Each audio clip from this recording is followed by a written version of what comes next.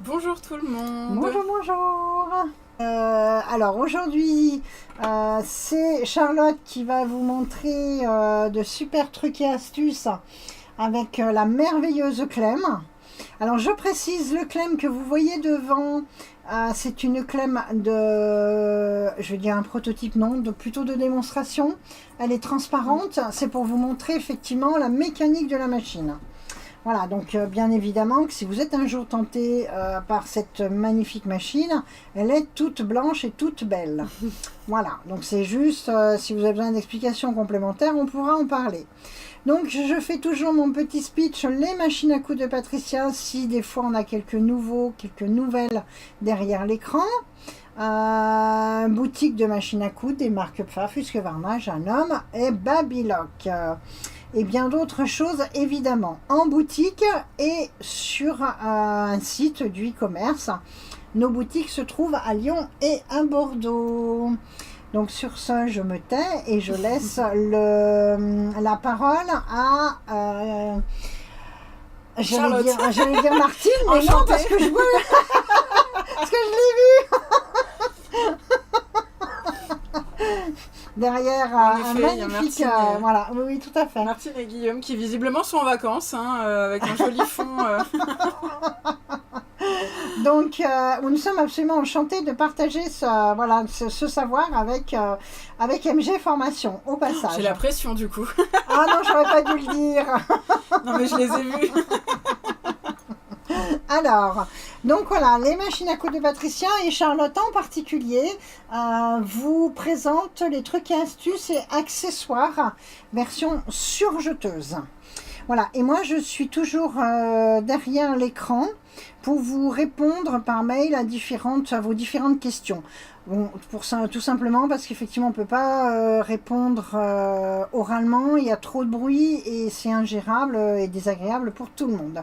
Donc voilà, alors maintenant je me tais, je passe la parole à Charlotte. Merci Patricia. Alors, donc aujourd'hui, je vais vous montrer un petit peu les accessoires qu'on peut avoir sur une surjeteuse. Bon, bien sûr de la marque Babylock. Donc tous les accessoires que je vais montrer aujourd'hui, Patricia pourra vous répondre au fur et à mesure si jamais en fonction de votre type de machine, mais ce sont des accessoires qui vont sur toutes les surjeteuses Babylock. Donc que ce soit l'Inspire, la Victory, la Enlighten ou bien la Clem. Donc voilà, je vais commencer. Alors la machine est déjà enfilée en 4 fils. Donc j'ai pris avec moi le petit coffret de 6 pieds de biche. Hop. Je vous expliquerai un petit peu au fur et à mesure, voilà, tous les accessoires qui se trouvent dedans. Et puis, bon, il y a d'autres petites choses qui vont venir au fur et à mesure, mais je vais tout vous expliquer. Ce live est bien sûr enregistré et sera ensuite envoyé aux participants. Donc pour l'instant ma machine est enfilée en 4 fils et j'ai mis du fil mousse donc dans mes 2 boucleurs. Donc là vous voyez un petit peu moins peut-être les rainures, mais en tout cas voilà, dans les 2 boucleurs qui sont ici j'ai mis du fil mousse et dans les pour les 2 aiguilles j'ai mis du fil standard. Le premier accessoire que je veux vous montrer, c'est le pied pour faire des fronces. Alors, vous allez me dire, oui, mais Charlotte, on peut faire des fronces sans avoir d'accessoires. Et je vais vous répondre, oui, bien sûr, mais vous ne pouvez pas assembler directement un tissu qui va froncer et un tissu qui ne sera pas froncé. Donc le pied fronce, le voici, il a comme une petite goulotte en fait qui se trouve en dessous. Donc on va pouvoir venir glisser un tissu directement en dessous, donc comme si vous aviez un accessoire standard, et un tissu qu'on va venir glisser justement dans cette petite goulotte. Donc vous voyez, il y a l'ouverture qui est au-dessus. Donc le tissu qui va être froncé sera le tissu qu'on va glisser en dessous. Alors juste, je mets une toute petite anecdote. Si toutefois Martine et Guillaume souhaitaient le faire de façon discrète, c'est raté. C'est terminé, voilà. Alors, donc je vais prendre mes 2 petits tissus. Donc j'en glisse un en dessous et je vais glisser l'autre au-dessus. Voilà. En termes de réglage, pour bien froncer mon tissu, je vais utiliser la partie qu'on a ici sur la droite, qu'on appelle le différentiel. Donc je vais mettre mon différentiel sur 2, donc au maximum, pour avoir un maximum de fronce. Et le gros bouton que j'ai ici à l'intérieur, qui est ma longueur de point, je vais me mettre à 4. Une fois que j'ai fait ça, hop, je vais pouvoir commencer.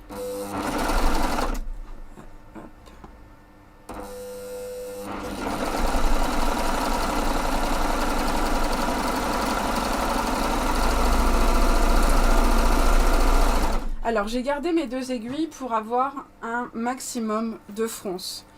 Et donc voilà le résultat. Donc on voit bien que le tissu blanc a été froncé de manière homogène. Et on a notre tissu au-dessus. Donc après j'ai continué mon point. Alors mes 2 tissus étaient coupés à la même longueur. On voit qu'on a une différence qui est d'à peu près la moitié. C'est-à-dire que là j'ai 2 tissus coton vraiment, j'allais dire assez fins, assez standards. Donc j'avais coupé mes 2 bandes à la même longueur. Et on voit qu'il me reste à peu près la moitié ici. Donc il y a toujours un petit test à faire puisque les différents tissus ne vont pas froncer de la même façon. Donc faites toujours un essai avant de vous lancer. Et donc là, on va pouvoir, par exemple, coudre directement notre petite jupe. Donc notre jupe froncée avec la partie ceinture qui, elle, ne le sera pas. Ou bien sur une robe, d'avoir le bas de la robe avec des fronces au niveau de la taille et le haut de la robe qui ne sera pas froncé. Voilà, on peut envisager plein d'assemblages différents. Et l'avantage ici, c'est qu'on n'a pas à tirer ces fils de fronce. Et on a voilà, des fronces qui vont être bien régulières. Donc là, on a le pied fronce. Donc encore une fois, avec nos 4 fils, bon, c'est l'idéal déjà pour avoir plus de fronce. Et puis après tout, on est sur un assemblage. Donc moi, je dis toujours 2 tissus, 2 aiguilles. C'est toujours mieux. Toujours en 4 fils. Donc toujours en 4 fils, on va cette fois-ci assembler et on va même incorporer donc un passepoil. Alors là j'ai juste pris voilà une cordelette, on va le faire ensemble. Alors il y a 2 façons d'utiliser le pied passepoil. Soit vous pouvez l'utiliser vraiment pour fabriquer votre passepoil. Donc là moi j'ai juste pris un biais que je vais ouvrir et puis je vais glisser mon passepoil dedans. Donc vous pouvez fabriquer le passepoil avec votre surjeteuse et puis vous pouvez l'assembler directement. Alors moi je vous conseillerais pas de faire forcément les 2 en surjeteuse, sinon vous allez avoir vraiment une grosse épaisseur de fil, puisque si vous assemblez votre passepoil en 4 fils et qu'après vous l'assemblez entre vos 2 tissus en 4 fils aussi, vous risquez d'avoir une épaisseur un peu plus importante. Donc je vais prendre le pied passepoil numéro 5, puisqu'il en existe 2. Il y a le P3 et le P5. Donc le P3 pour un passepoil de 3 mm et le P5 pour un passepoil de 5 mm. Donc je vais prendre voilà, le P5, c'est écrit juste dessus. Et donc le passepoil, il a la particularité d'avoir une petite rainure, un peu comme un tunnel. Voilà, sous le pied de biche. Celles qui ont ce pied-là sur la machine à coudre, en général, il est fait un peu de la même façon. Et donc, on va pouvoir venir glisser l'épaisseur du passepoil dans ce tunnel pour qu'il soit bien pris et surtout qu'il ne bouge pas. Donc, hop. Alors, je vais glisser. Bon, c'est toujours mieux de le maintenir. Moi, je vais faire d'une pierre 2 coups. C'est-à-dire que je vais l'assembler directement. Hop, donc j'ai pris ma petite cordelette dans mon biais. Et donc je vais avoir mes 2 morceaux de tissu.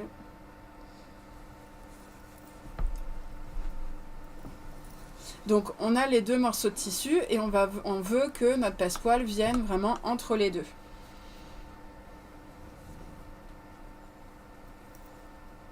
Donc on se met toujours sur le bord, donc on va se mettre endroit contre endroit. Et on va venir mettre notre petit passepoil entre les 2. Bon, alors vous faites pas comme moi, hein. L'idéal c'est d'avoir bien sûr des petites pinces, des petites épingles. Bon, moi je préfère les pinces sur la surjeteuse. Hop, donc je relève mon pied de biche pour bien glisser mon passepoil en fait dans le petit tunnel. Hop, je vais tout de suite baisser mon pied de biche et puis je vais essayer de faire en sorte que mon passepoil tienne bien correctement. Alors, je suis toujours en 4 fils. Par contre, je pense bien à remettre mon différentiel sur N. Et dans la longueur de poing, oui, je suis quand même sur un petit velours et le passepoil est assez épais. Donc, je vais rester un petit peu en dessous de 4. Dans la longueur, ça ira très bien. Alors, vous m'excusez, j'ouvre un petit peu mon biais avant.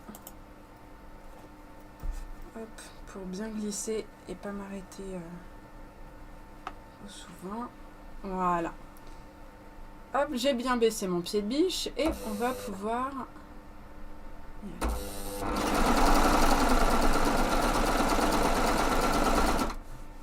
Hop, je replace. Bon, si vous avez un passepoil qui est tout fait, ce sera un petit peu plus simple. Là, comme je le fais en même temps. Oui, mais je trouve que justement, ça permet de mettre le tissu qu'on veut. On peut fabriquer le passepoil comme on veut. Et c'est ce qui peut être quand même super intéressant, c'est d'avoir cette création. Oui, mais peut-être de faire un petit point à la machine à coudre avant, pour éviter, juste pour qu'il soit déjà formé en fait. Là, je ne l'ai pas du tout formé, c'est pour ça. Hop.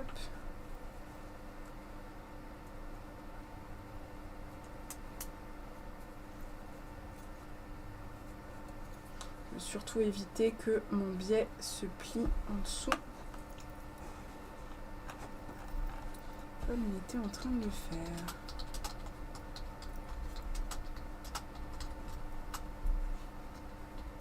Voilà. Hop.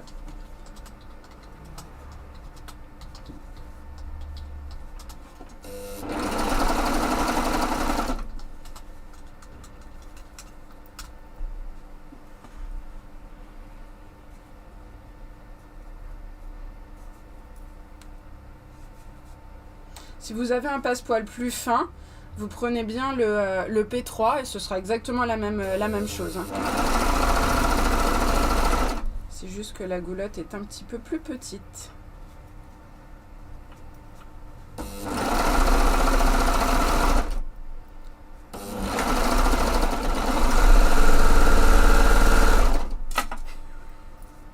Donc j'ai bien ma finition en surjet. Et entre mes deux tissus, j'ai mon passepoil. Superbe. Voilà. Et là, la finition est impeccable. Et pourtant, j'avais quand même un gros cordon. Magnifique. On a vraiment une finition impeccable. Donc là, sur même des passepoils justement d'ameublement qui vont être un petit peu épais, ben, en un seul passage, voilà, on a notre assemblage, notre finition. Impeccable pour toute housse de coussin, d'ameublement, bon, du vêtement. C'est quand même super d'avoir des finitions, j'allais dire, presque professionnelles. Et on n'a aucun risque que le passepoil ne bouge. Donc voilà un petit peu pour le passepoil. Alors, avec le pied passepoil, il y a autre chose qu'on peut faire. Hop. Qui va être, et ça on nous le demande assez souvent, la pose de fermeture éclair. Alors la pose de fermeture éclair, je vais le faire puisque je suis avec la clem, donc je vais profiter d'avoir le point wave pour vous faire un point wave, donc entre un tissu et une fermeture éclair. Donc là, hop, je vais juste ouvrir ici. Donc le point que je vais faire, c'est un point flat lock wave. On va avoir deux techniques en une. On va avoir le wave, donc il va faire une vague entre nos deux boucleurs, et le point flat lock, vous allez comprendre très rapidement ce que c'est. Alors, pour faire ce point, je vais utiliser donc mon aiguille de droite. Hop. Donc j'enlève mon fil de gauche. Et surtout, je pense bien à enlever mon aiguille. Très important.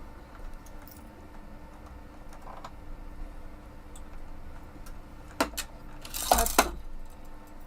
Alors, pour faire, normalement... Je vais me mettre là, sinon... Hop. Donc normalement, pour faire un wave, donc on a nos deux fils ici, donc boucleur supérieur et aiguille de droite, qu'on décale d'un cran sur la gauche.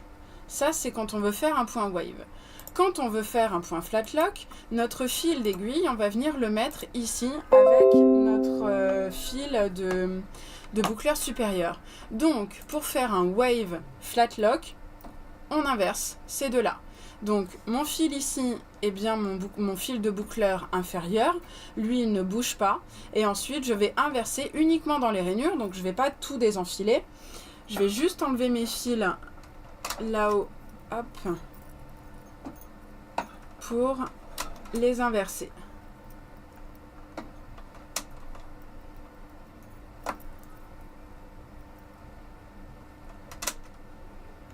Et hop. Pour faire ce point, je pense bien me mettre sur le wave. Au niveau du sélecteur de points, donc c'est un petit peu particulier parce que pour faire ce point-là, il faut que je me mette sur la lettre D. Là, je peux refermer. Et ensuite, dans ma longueur de point, je vais choisir une toute petite longueur pour avoir justement un point qui va être serré. Je vais prendre... alors, hop. Où est-ce que j'ai mis... Ah, ma fermeture éclair. Je vais la poser. Est-ce que je mets mis mon petit tissu? Je vais prendre celui-là, ça ira bien. Alors, l'idéal, c'est d'avoir une fermeture éclair qui va être détachable pour pouvoir travailler de façon indépendante chacun des côtés de votre fermeture éclair et ensuite vous remettez le curseur. Alors moi, comme je n'ai pas de fermeture éclair séparable avec moi, j'ai pris une fermeture éclair standard, mais c'est que pour que vous puissiez voir un petit peu la technique. Hop. Alors, je me mets bien l'endroit donc de la fermeture qui est ici sur l'endroit de mon tissu.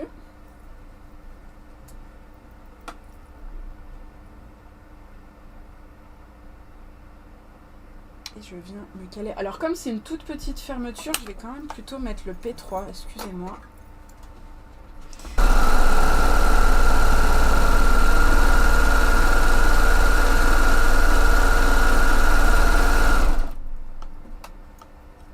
Je l'ai fait juste avant.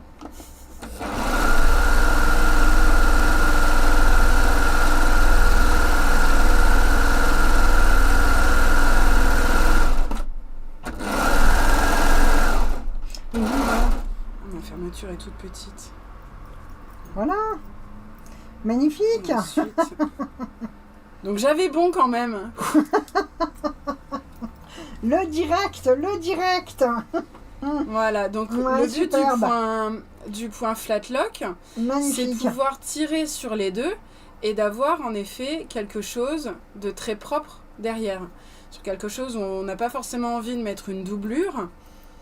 Alors, fait, on tire entre les deux. Voilà.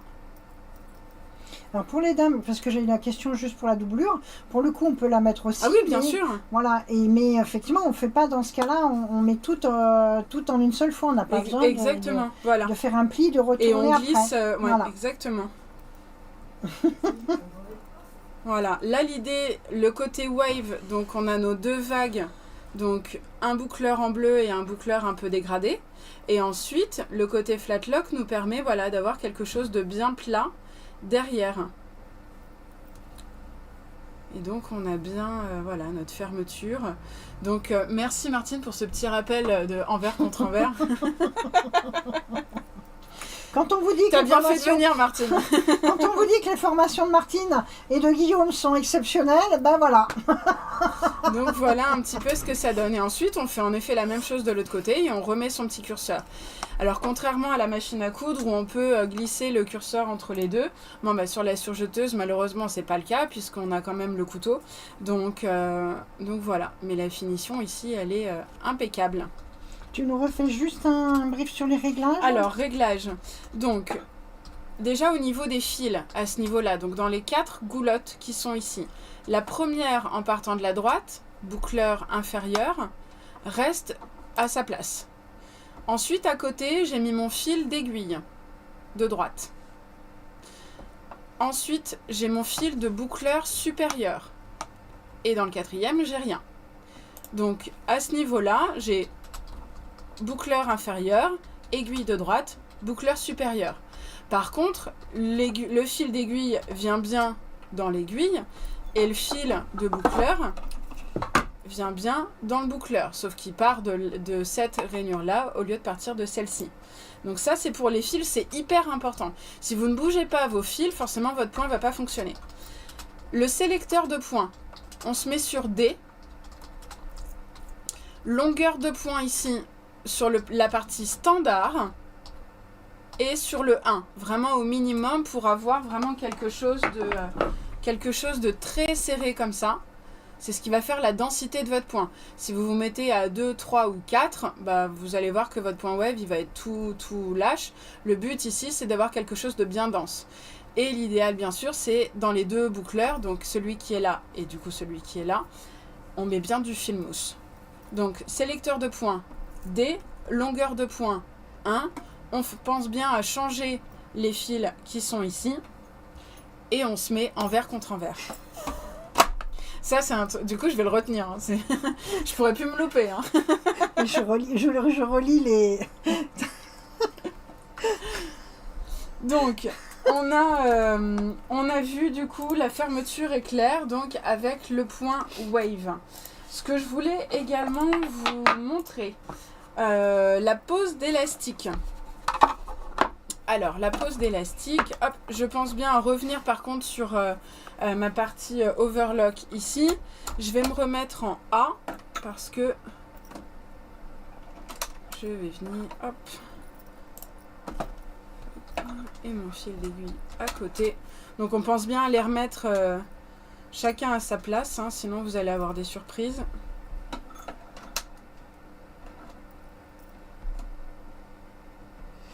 Alors là, on voit bien la mécanique de la tension qui, avec le système de ressort, enfin la mécanique totale qui permet justement de comprendre que le débit de fil est quand même quelque chose d'hyper précis.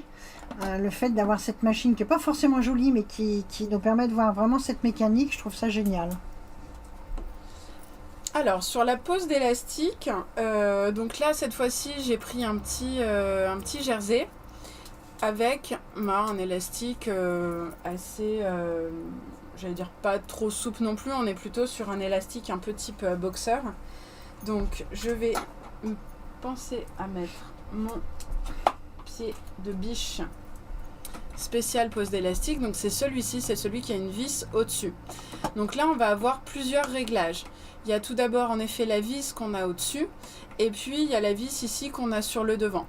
Donc pour bien poser l'élastique, voilà, on a comme une petite, un petit levier. Vous le voyez peut-être mieux quand je le mets comme ça, voilà. Donc on a un petit levier. L'idée, ça va être de venir mettre l'élastique dans cette partie-là. Vous voyez que cette partie-là soit en dessous. Et donc on va pouvoir... C'est pas celui-là. J'ai pas pensé à ça. Alors, je vais essayer d'ouvrir.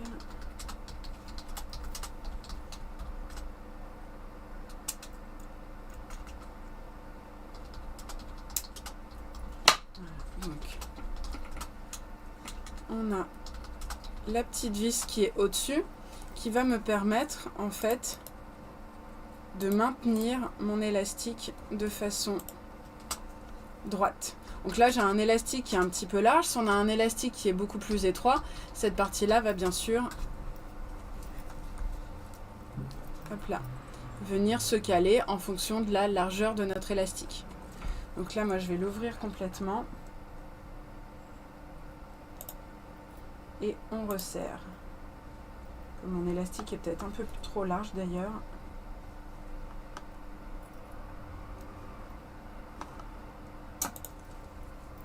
Hop.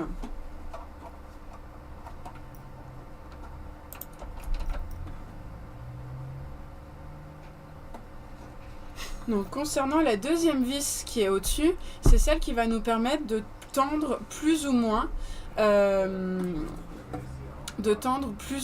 en fait notre élastique justement. Donc selon la densité en fait, on a des élastiques qui vont être très tendus déjà quand on va vouloir l'utiliser. Là par exemple j'en ai à côté de moi, j'en ai un qui va être beaucoup plus souple. Vous voyez, j'ai pas besoin de tirer dessus beaucoup pour utiliser son côté élastique. Donc tout va dépendre en effet de la densité de votre élastique. Donc cette partie-là va plus ou moins appuyer dessus pour pouvoir justement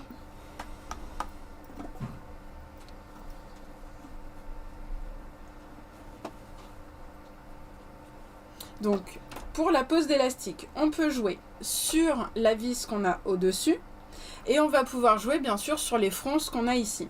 Donc là, je suis restée finalement en 3 fils avec l'aiguille de droite, donc je reste sur le sélecteur B. Dans la longueur de pointe, je vais augmenter complètement, je vais me mettre à 4. Et dans la largeur de pointe, le petit bouton, je vais me mettre sur M. Hop. Donc je vais déjà faire... Donc là, l'avantage, c'est qu'on n'a pas besoin de tirer complètement sur l'élastique, puisque le but, c'est qu'avec cette petite vis, on ait toujours la même tension.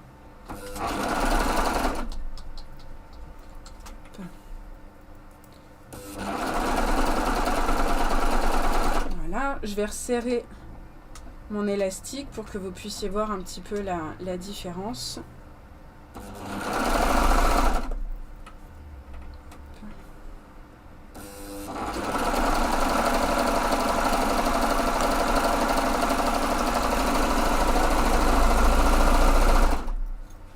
Donc forcément, alors si je regarde de l'autre côté, vous allez tout de suite voir la différence. Ici, j'ai mis peu de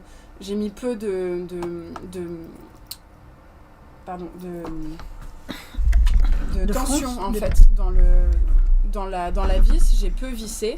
Donc là, finalement, oui, on a déjà quelques fronces puisque j'ai quand même... Oh, j'ai même pas touché D'ailleurs, j'ai même pas touché finalement au différentiel.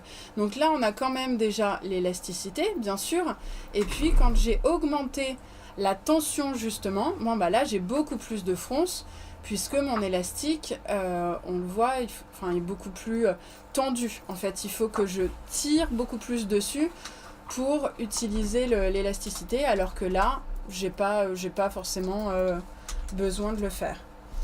Quand on a notre élastique comme ça, donc on va pouvoir tout de suite, alors fait un peu penser voilà aux jupes qu'on a avec les gros élastiques qui sont un peu décoratifs. Donc vous pouvez bien sûr directement le laisser comme ça, puis là on voit aussi la différence de fronce. Ici sur la droite, notre élastique était beaucoup plus serré, beaucoup plus tendu, alors qu'ici à gauche c'était pas le cas. Donc après, ça c'est à voir bien sûr en fonction justement de l'élasticité de notre élastique. Faut faire un petit test avant. Ça c'est la première façon, disons, de poser l'élastique. On va aussi pouvoir poser de l'élastique avec le point flat lock. Alors tout à l'heure on a fait avec le wave, on n'est pas obligé bien sûr d'utiliser les deux ensemble.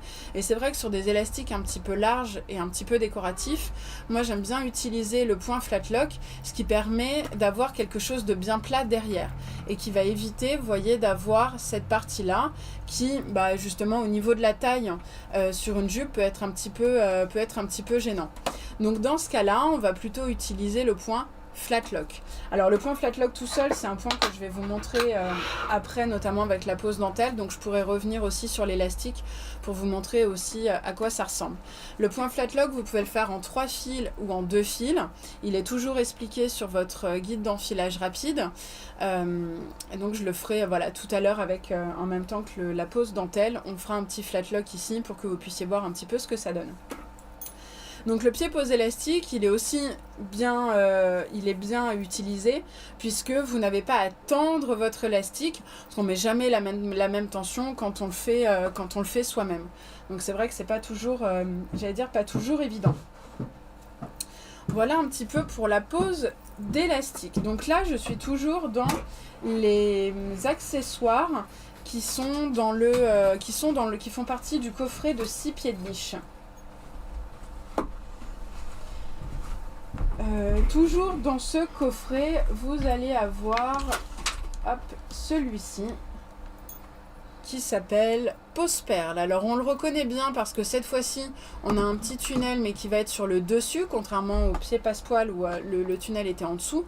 Là, on a un petit tunnel qui est ici sur la droite et qui va nous permettre de glisser justement notre ruban de perles. Je repose là, un pied de biche.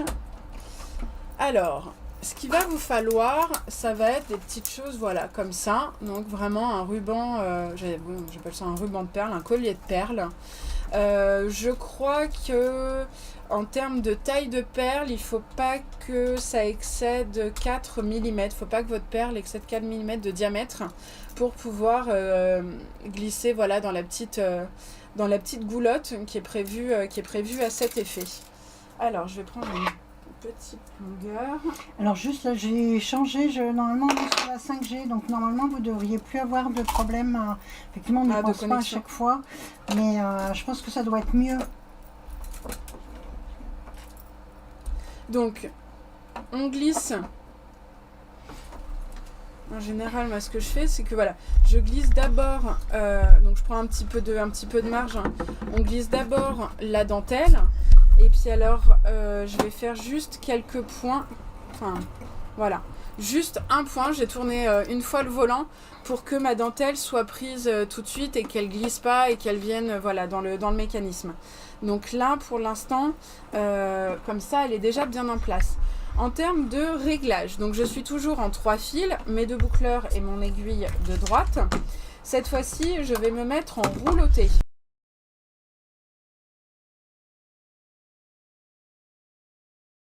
3 et 4. Et ici sur le différentiel, par contre, je me mets sur 6. Parce que vous allez voir que quand on utilise le pied pose perle, le tissu va avoir tendance par rapport au point à se froncer. Donc quand le tissu se fronce, on descend le différentiel. Vous suivez toujours les 2 flèches qui vont aux opposés. Donc je pose mon tissu en dessous. Hop. Et donc, alors je vais quand même faire juste voilà, quelques points. Voilà.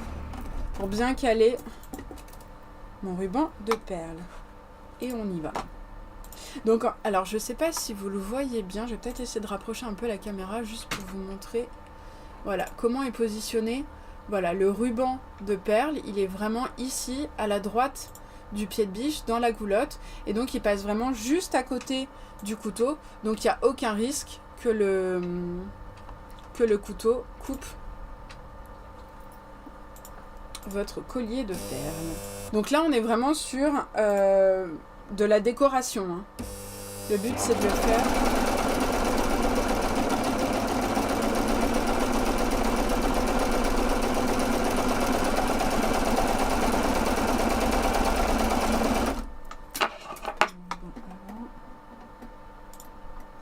une grande longueur par rapport à mon tissu.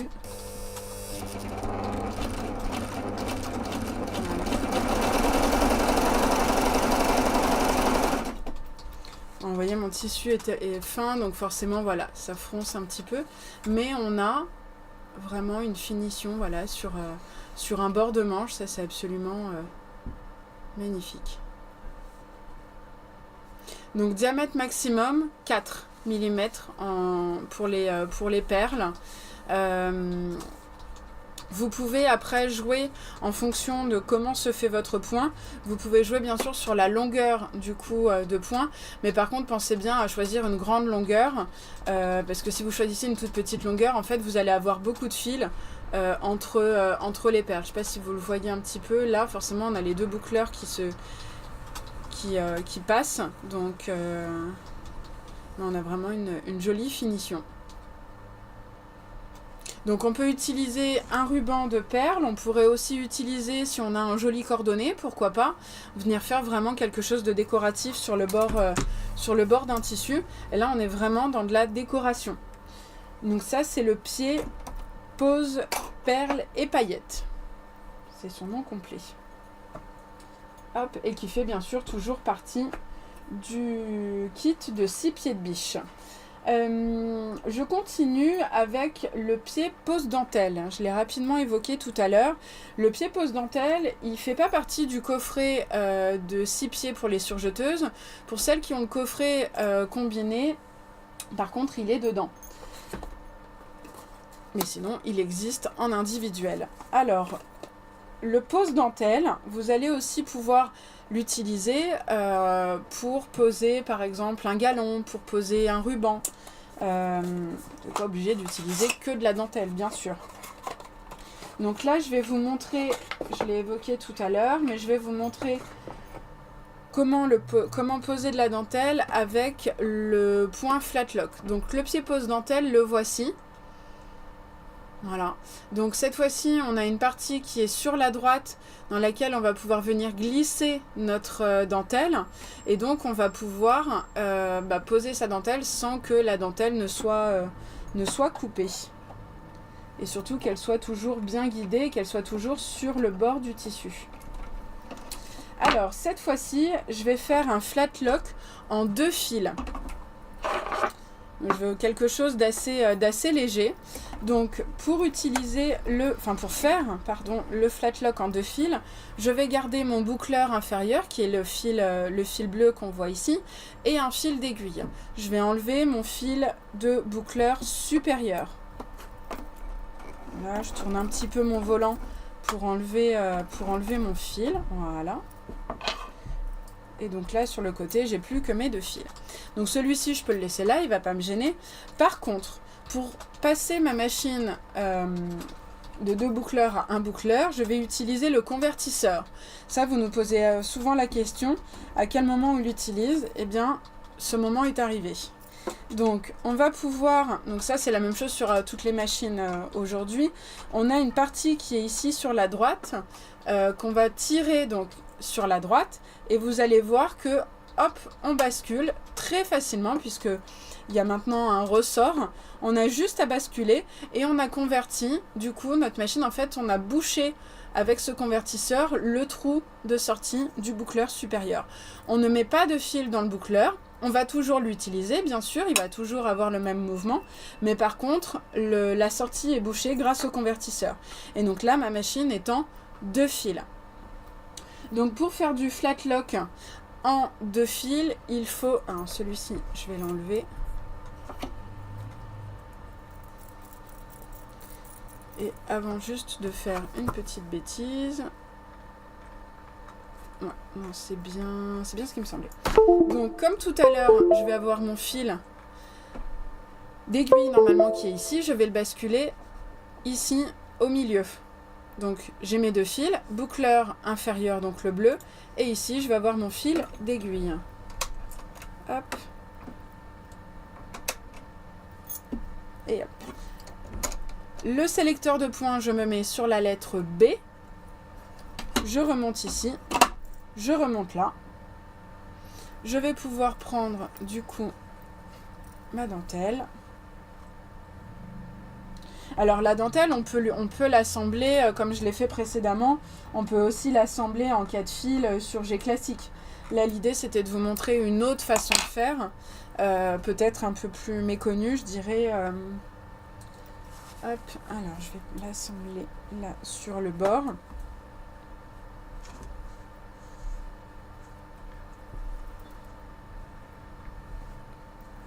comme ça.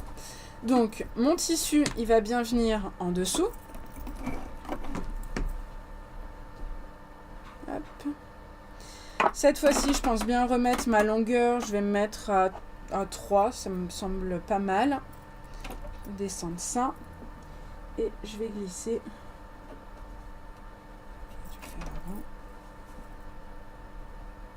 Ma dentelle.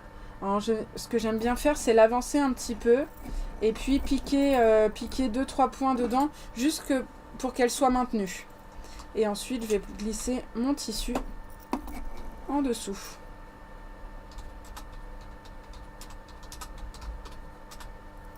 Voilà. Alors, je vérifie. Donc là, 3. Largeur, je ne l'ai pas changé. Je suis toujours sur M. Je remets mon différentiel sur N. Mon sélecteur de points sur B.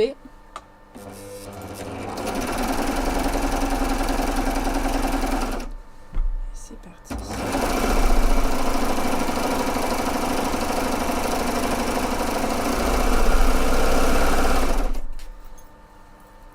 Donc là, j'ai bien mon point qui ressemble à un sur G, mais l'idée du point flat lock, voilà, ça va être d'ouvrir entre les deux.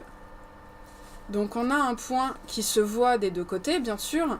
Mais là, alors c'était même pas fait exprès, mais j'ai du vert dans mon aiguille, donc c'est du vert qui se voit. Réussi, bravo. Voilà, donc c'est du vert, voilà, on choisit la même couleur que la dentelle. Et là, l'avantage, c'est que vous avez un point qui est tout léger. Voilà, quand on veut mettre de la dentelle sur un bord de manche ou pour, je sais pas, par exemple, même rallonger un petit peu une jupe, ou voilà, on veut un point, on n'a pas besoin d'un point qui soit trop épais. Là, l'avantage, voilà, c'est qu'on a quelque chose de très léger.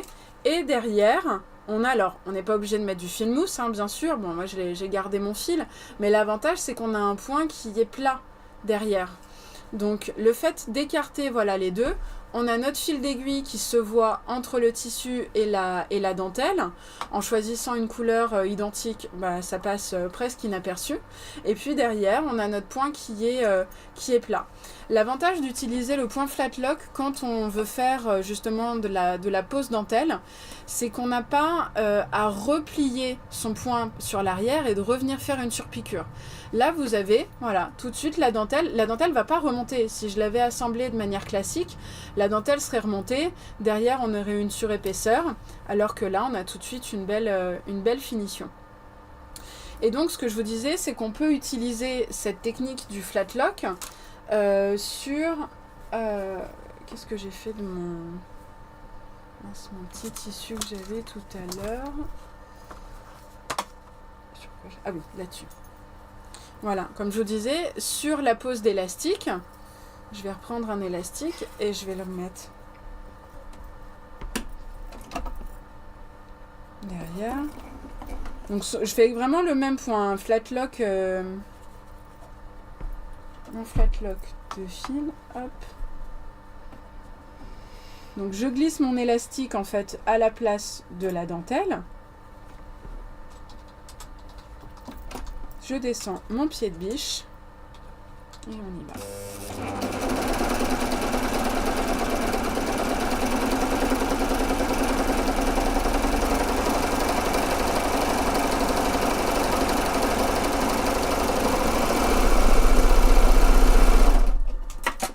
Donc là, l'avantage, voilà, c'est qu'on va avoir justement sur un boxer, quelque chose comme ça, on aura voilà, notre point impeccable. Donc on tire bien. Ah là, j'aurais pu prendre le point un peu plus large. Mais on a voilà, notre point qui est bien. Hop. Notre finition qui est impeccable. Le tissu se prend un peu dedans. Mais l'avantage, voilà, c'est qu'on n'a pas à refaire une surpiqûre. Vous voyez ici sur le devant. Donc le flat lock, vous pouvez vraiment l'utiliser, même entre deux tissus, si vous cousez des vêtements de sport par exemple, pour éviter d'avoir la couture qui sera gênante contre la peau ou sur un legging. C'est des choses que vous pouvez bien sûr utiliser. C'est un point qui est très simple à faire, en 2 ou en 3 fils, suivez bien les instructions, et ça vous fait vraiment de belles finitions. Voilà, donc ajustez soit en étroit si vous êtes plutôt sur des tissus fins comme avec le pose dentelle, ou en large si vous êtes plutôt sur de la pose d'élastique, donc avec cette fois-ci l'aiguille de gauche. Donc ça c'est pour le point flat lock, donc avec le pied pose dentelle. Encore une fois, si vous avez des élastiques très larges, si vous avez des rubans, des galons, des choses comme ça, vous pouvez bien sûr l'utiliser. L'avantage c'est que on a une partie qui évite justement à notre dentelle, notre galon d'être coupé par le couteau.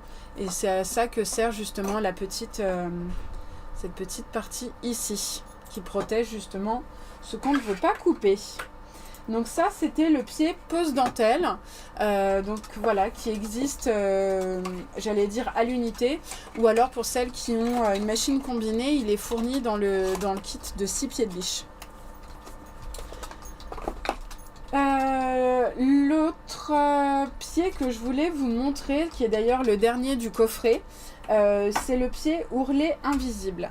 Alors celui-ci, il est assez surprenant, je trouve. On s'attend pas à avoir un résultat aussi époustouflant. La seule chose à savoir, c'est que il va être très efficace sur les matières un petit peu épaisses. Si vous utilisez des petits cotons, des voilages, des choses comme ça, votre point risque de se voir. Par contre, il va être ultra bluffant sur des sweats, sur des molletons, sur des lainages, de l'éponge, des choses comme ça. Il va être super. Donc ce pied-là, donc encore une fois qui est fourni dans le kit de 6 pieds de biche, il a une petite, vous verrez bien comme ça, voilà, une petite partie ici qui va vraiment nous servir de guide. En fait, on va vraiment se référer à cette partie-là pour éviter justement que il y a un petit décalage derrière, pour éviter que notre tissu, que le pli du tissu soit coupé. Alors, pour faire un ourlet invisible, cette fois-ci, qu'est-ce qui se passe? Voilà. Donc cette fois-ci, comme point, je vais utiliser un surjet en 2 fils. Donc je vais bien remettre mon fil d'aiguille à sa place, puisque je l'avais changé pour faire le flat lock. J'ai juste une question, je te Oui. coupe éventuellement, parce que j'ai pas entendu peut-être les explications, j'étais en train de répondre. J'ai Nadine qui demande est-ce qu'il est assez résistant pour des leggings. Alors je sais pas de quel point... Peut-être du flat lock, je pense qu'elle parle du flat lock. Dans ce cas-là, pour un legging de sport par exemple, il vaudra mieux se mettre en 3 fils. Il sera plus solide que le 2 fils. Le flat lock de fil, il va être plutôt pour des petits tissus légers, et il faut pas que les coutures soient trop sollicitées. Sur un legging, en flat lock 3 fils, ça ira très bien. Il est conçu justement pour les matières extensibles. Et d'ailleurs, c'est souvent un point qu'on voit sur les vêtements de sport. Quand on a un point qui se voit sur l'endroit, c'est assez souvent le point flat lock qu'on voit. Là, pour le dernier du coffret que je voulais vous montrer, qui est donc le pied ourlet invisible, je vais faire un surjet 2 fils. Donc ce surjet 2 fils, je vais garder mon convertisseur puisque je n'utilise que 2 fils. Donc mon boucleur inférieur et mon aiguille de droite. Je reste sur le B. Dans la longueur de point, je vais me mettre à 2,5. Et donc je vais prendre, alors là j'ai pris un tissu un peu polaire. Alors je vais essayer de vous montrer, le pliage n'est pas toujours évident à montrer à la caméra. Donc quand on est sur le bas ici, donc je veux faire mon ourlet à ce niveau-là. Donc on mesure toujours, c'est mieux, faites pas comme moi. En fait vous allez faire un premier pli endroit contre endroit, puis vous allez rabattre le bout de votre tissu, mais vous venez pas bord à bord. Alors je vais vous montrer là, vous venez pas bord à bord, vous laissez dépasser un petit peu. Et en fait, on va venir faire son point donc sur l'envers. Et vous voyez là, j'ai un pli qui s'est formé. Alors, je vais vous remontrer. Je suis sur l'envers de ma polaire. Donc, je plie une première fois le bas, ça c'est juste que voilà, vous avez le haut. Donc je plie une première fois le bas et je rabats, non pas bord à bord, mais je laisse dépasser un petit peu et je vais venir faire mon point ici. Voilà, donc j'ai un pli qui est formé là. Voilà un petit peu ce que ça donne quand je me mets comme ça. Et donc ce qui va faire notre point, c'est que tout à l'heure je vous ai montré le guide. Donc le guide va vraiment venir sur le pli de cette partie-là.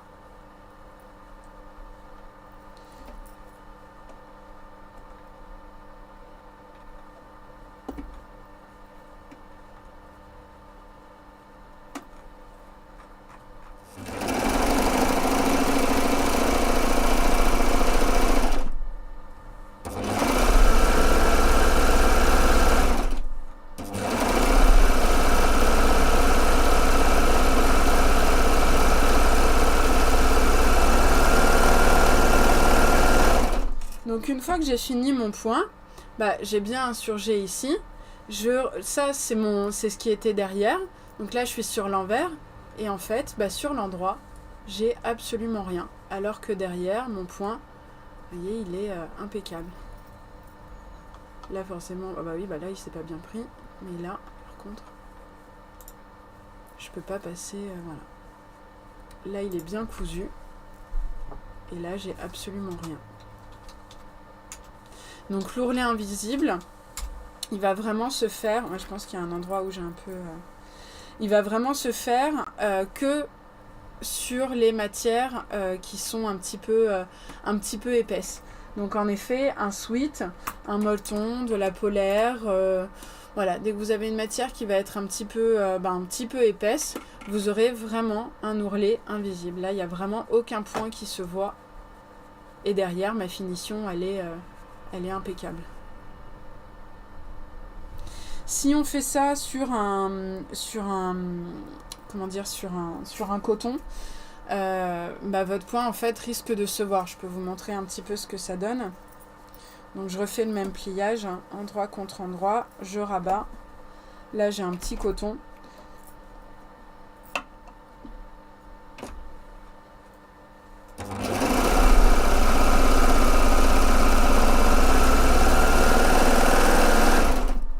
Donc là je suis bien sur l'envers, mon tissu est bien pris. Par contre sur l'endroit, voilà, mon point se voit. C'est pour ça que je vous disais, sur un coton, maintenant votre point se voit tout de suite. Dès que vous avez une matière qui va être fine, faut quand même que la machine pique quelque part. Bon, sur de l'épaisseur, ça ne se voit pas puisque le point est pris dans l'épaisseur. Alors que si vous le faites sur un coton, voilà le résultat. Alors c'est des choses, tout ce que je vous ai dit là, c'est des choses aussi bien sûr qui sont notées et qui sont expliquées.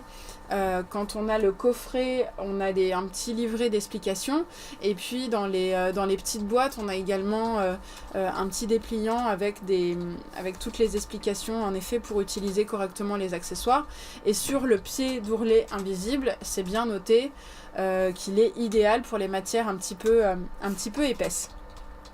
Donc là, moi je l'ai fait, et donc tous les réglages sont aussi notés dessus. Donc là, on surgit 2 fils pour avoir quelque chose d'assez léger et pour éviter justement que le point se voit même sur une matière un petit peu épaisse. Donc voilà un petit peu pour le coffret donc, de 6 pieds de biche. Je vous redis quand même les 6 pieds donc, que je vous ai montrés et qui sont dedans. On a les 2 pieds passepoil, donc le P3 et le P5, donc 3 mm, 5 mm. On a également le pied pose dentelle, le pied pose élastique, le pied ourlet invisible et le pied fronce. Le pied pose perle. Non. Qu'est-ce que j'ai dit ? Les 2 passepoils, le pied perle, le pied pose élastique, le pied ourlet invisible et le pied fronce. Voilà. Donc on a ces 6 là que je vous ai montré aujourd'hui. Pour celles qui ont des combinés, il existe aussi en effet le coffret 6 pieds de biche. Par contre, vous avez je sais plus si c'est le P3 ou le P5, mais il n'y a qu'un seul passepoil qui est fourni, et vous avez le pied pose dentelle. Et donc après, on a également, à l'unité pour celles qui ont une surjeteuse, on a aussi donc, le pied pose dentelle, qui est à l'unité bien sûr. Pour celles qui ont envie de travailler un petit peu des matières qui accrochent, comme des cuirs, des toiles enduites, des matières imperméables, vous avez aussi le pied anti-adhérent qui va avoir une surface, quelque chose en téflon en dessous qui va permettre de plus facilement glisser sur les tissus. Il existe aussi le pied transparent qui va être vraiment le même, j'allais dire, que le pied standard, mais alors en plastique. L'avantage, c'est qu'il est transparent, donc vous voyez bien votre point. En plastique, faites attention, si vous êtes sur des matières un petit peu épaisses, où vous avez vraiment besoin que votre couture soit plus solide, je dirais, sur des coutures d'assemblage notamment, il peut être un petit peu léger. Donc dans ce cas-là, soit vous jouez sur la pression de votre pied de biche, soit vous repassez sur votre pied en métal. Comme il est en plastique, il va être un petit peu plus léger sur vos tissus.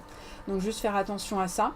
Et puis on a également donc le pied semelle plate qui existe donc pour les surjeteuses. Donc pour en tant que pied, j'allais dire pied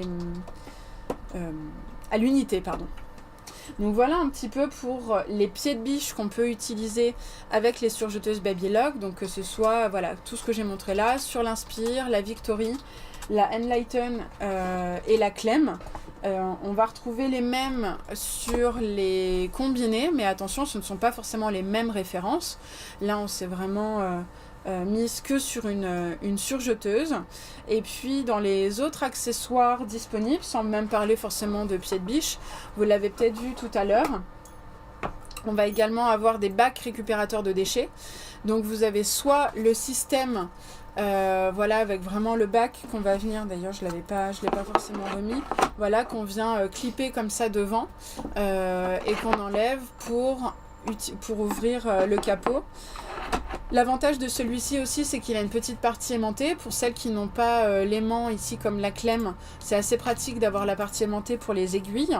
Et puis celui-ci est fourni en plus, voilà, avec un deuxième petit bac qui vient de se mettre dedans. Si on a des petites pinces, on pourra les glisser et les épingles aussi. Ou alors, vous avez également l'autre système. Qu'on appelle la trim, qui est plutôt là le plateau, voilà, avec l'ouverture ici. Alors ce qui est très intéressant avec le système du plateau, c'est qu'on va vraiment avoir la machine avancée. Là, elle est un petit peu reculée sur la table parce que pour la caméra, c'était plus facile. Mais c'est vrai que quand on a la trim, la machine est un peu plus avancée et donc on se fait aussi un petit peu moins mal au dos. On est vraiment à bonne hauteur, on est un petit peu moins couché sur sa machine. Donc les deux modèles sont intéressants. Tout dépend aussi de votre installation. Mais en tout cas, voilà, les deux modèles existent et bien sûr sont en vente sur notre site internet. Voilà un petit peu pour le tour des accessoires.